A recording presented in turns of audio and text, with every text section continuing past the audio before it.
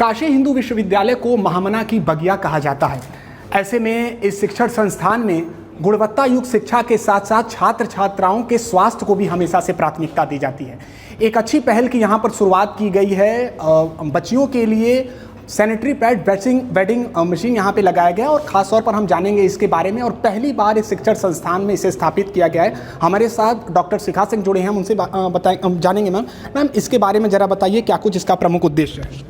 इसका प्रमुख उद्देश्य है मेंस्ट्रुअल हाइजीन को लेके है बच्चियों के, और easily available the napkins any time, कि वो कभी भी आपको, अगर कोई फीमेल स्टाफ है नहीं है तो भी वो उनकी प्राइवेसी को ध्यान में रखते हुए ये अपने आप वो आराम से ले सकें। जिसमें आपका लोकल ब्रांड भी है जो ईजिली 3 रुपीज़ कॉस्ट है, और आपका जो जिसको आप कहते हैं ब्रांड भी है जो उसका कॉस्ट है 12 रुपीज़ पर पीस।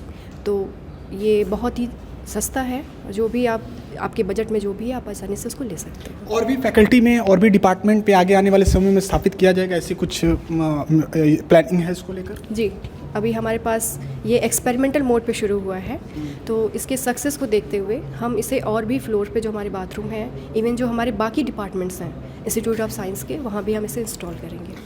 हमारे साथ छात्राएं जुड़ी हैं, हम उनसे जानेंगे कैसे देखती हैं इस पहल को। आपको लगता है कि बहुत पहले ही इसे शुरू कर देना चाहिए था विश्वविद्यालय में? जी, होना तो बहुत पहले ही चाहिए था, पर फ़िलहाल अभी आया है तो ये भी बहुत अच्छी बात है। क्योंकि पहले क्या था कि मेन कैंपस में लड़कियां नहीं थी और अब मेन कैंपस में लड़कियां हैं। पहले वो एकदम गेट पे हुआ करती थी सिंह द्वार पे जो कॉलेज था विमेंस का, पर वो अब अंदर भी हैं, हाल की ही बात है। तो अगर ये मशीन अभी आई है तो ये कोई बहुत देर वाली बात नहीं है, अच्छा इनिशिएटिव है।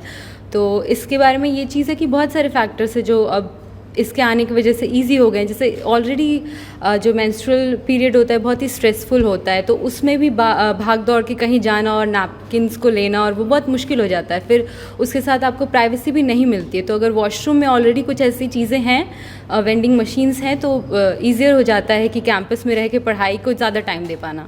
हमारे साथ कुछ और भी छात्राएं जुड़ी हैं।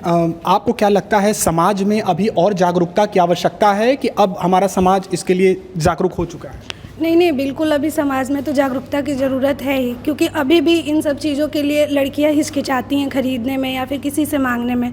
तो हम ये नहीं बोल सकते कि एकदम जागरूकता आ चुकी है, लेकिन फिर भी पहले से तो बहुत कुछ अच्छा हो चुका है। विश्वविद्यालय को धन्यवाद देंगे इसके लिए? जी ज़रूर। I want to thank BHU for this, and ये बहुत अच्छा मतलब इनिशिएटिव है, क्योंकि मतलब पहले तो सब लड़की लोगों को बाहर, मतलब यहाँ पे कोई नियरेस्ट कोई शॉप नहीं है। अगर उन लोगों को मतलब ज़रूरत हो तो उन लोगों को मतलब पहले बाहर जाना पड़ता था, और इसके लिए मतलब दौड़ भाग तो करनी ही पड़ती थी।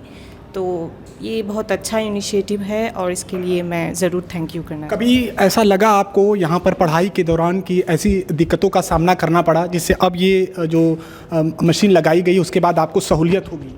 जी बिल्कुल। सिर्फ मुझे ही नहीं, सारे लोगों, मतलब स्पेसिफ़िकली लड़कियों को इसके लिए बहुत सुविधाएं होगी।